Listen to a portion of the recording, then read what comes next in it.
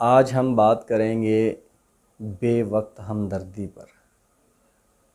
جی، کچھ ہمدردی ایسی بھی ہوتی ہے جس کا وقت نہیں ہوتا لیکن لوگ ہمدردی کا اظہار کرنے کی کوشش کرتے ہیں۔ بہت انتہائی اہم اور نازک موضوع ہے۔ دنیا داری روزمرہ کی زندگی سے مثال آپ کے سامنے رکھتا ہوں کہ بہت سارے آپ نے بچے دیکھے ہوں گے کہ جن کے والدین دونوں یا دونوں میں سے ایک ان کے بچپن میں فوت ہو جاتے ہیں۔ پھر جب وہ بڑے ہوتے ہیں ان کی زندگیوں میں خوشیاں آتی ہیں، وہ کسی بھی صورت میں ہو سکتی ہیں۔ ان کا کوئی رزلٹ اچھا آ گیا، ان کو کوئی اچھی نوکری مل گئی، ان کی شادی ہو گئی، شادی کے بعد ان کے ہم بچے ہو گئے، انہوں نے کوئی بڑا مکان اچھا بنا لیا، کوئی گاڑی لے لی، کسی بھی طرز کی جب ان کے پاس خوشی آتی ہے تو یہ چیز وہاں پر اکثر دیکھی جاتی ہے۔ بہت بڑی تعداد میں ان میں خواتین کی تعداد ہوتی ہے۔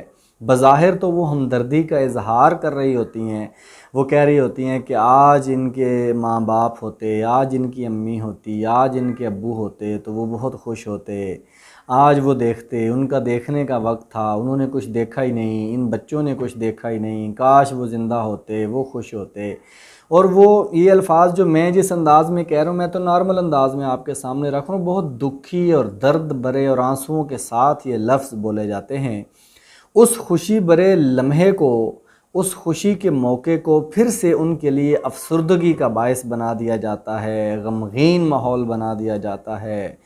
کون ہے جو اپنے پیاروں کو بھول جاتا ہے؟ کوئی نہیں بھولتا، سب کو یاد ہوتے ہیں۔ ایسے مواقع پر یاد کرنے کا بھی طریقہ ہوتا ہے، یاد کروانے کا بھی طریقہ ہوتا ہے۔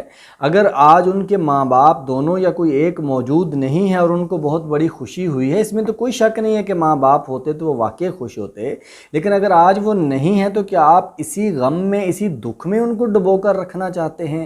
ان کو آپ مظلوم، مسکین اور مجبور اور کمزور بنا کر ہی رکھنا چاہتے ہیں؟ خدا را ایسے الفاظ اور ایسے رویوں سے پرہیز کیجئے۔ اور آپ موجود ہیں نا، آپ کا بھی تو کوئی تعلق ہے، آپ کا بھی تو کوئی رشتہ ہے، اور جتنا رشتہ ہے اس رشتے کے مطابق جتنا آپ کو خوش ہونا چاہیے آپ خوش ہو لیجئے، میں شامل ہیں، اور خوش ہو کر مزید خوشیوں کو بڑھائیے۔ آپ ایسا نہ کریں، ان رویوں کو ترک کیجئے۔ ایسے مواقع پر اس طرح سے بے وقت ہمدردی جتا کر ان کو کمزور مت کیجئے، میں بھنگ مت ڈالیے۔ آپ اچھے طریقے سے اس چیز کو سمجھیے، اور جن کے ساتھ ایسا ہوتا ہے، جو نوجوان جن کے سامنے ایسے واقعات آتے ہیں، ان کو مضبوط ہونے کی ضرورت ہے۔ وہ بھی اس چیز کو سمجھیں، اس چیز کو سیکھیں کہ یہ ایک رویہ ہے۔ میں ان لوگوں کی نیت پہ شک نہیں کر رہا کہ وہ لوگ جو اس طرح کے الفاظ بولتے ہیں وہ جان بوجھ کر کوئی ایسا کرنا چاہتے ہیں، وہ رنگ میں بھنگ ڈالنا چاہتے ہیں، وہ بظاہر تو ان کی نیت میں کوئی شک نظر بھی نہیں آ رہا۔ وہ شاید کم علمی اور کم شعور ہونے کی وجہ سے، بے شعوری کی وجہ سے ایسا کر جاتے ہیں۔ وہ تو ہمدردی کا اظہار ہی کر رہے ہوتے ہیں، لیکن ایک تو ہمدردی وہ جو اظہار کر رہے ہیں بے وقت ہے، اس کا وقت اس نہیں ہے کہ جس طرح کی وہ ہمدردی کا اظہار کرنا چاہ رہے ہیں، اور دوسرا طریقہ کار ٹھیک نہیں ہے، ان کی selection of word, selection of incident جو شیئر کر رہے ہیں وہ ٹھیک نہیں ہے۔ ان کو اپنے رویوں کو، اپنے کردار کو اور اپنی سلیکشن کو ٹھیک کرنے کی ضرورت ہے، اور جو سن رہے ہیں اس وقت ان کو اپنے آپ کو مضبوط کرنے کی ضرورت ہے۔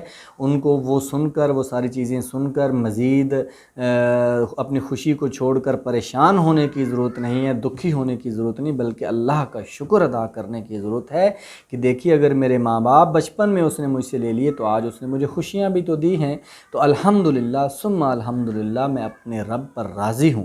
اس طرح جب مضبوط ذہن سازی کے ساتھ آپ آگے بڑھیں گے تو اس طرح سے وہ سامنے والے لوگوں کی نفی بھی ہوگی اور ان کو بھی شاید کچھ سیکھنے کا موقع ملے گا۔ اللہ تعالی ہم سب کو مل جل کر ایک دوسرے کے ساتھ اچھے طریقے کے ساتھ ہمدردی، پیار، محبت کا اظہار کرنے کی توفیق دے، اور ان چیزوں کو سیکھنے اور سیکھنے کے بعد ان پر عمل کرنے کی بھی توفیق عطا فرمائے۔ Thank you very much.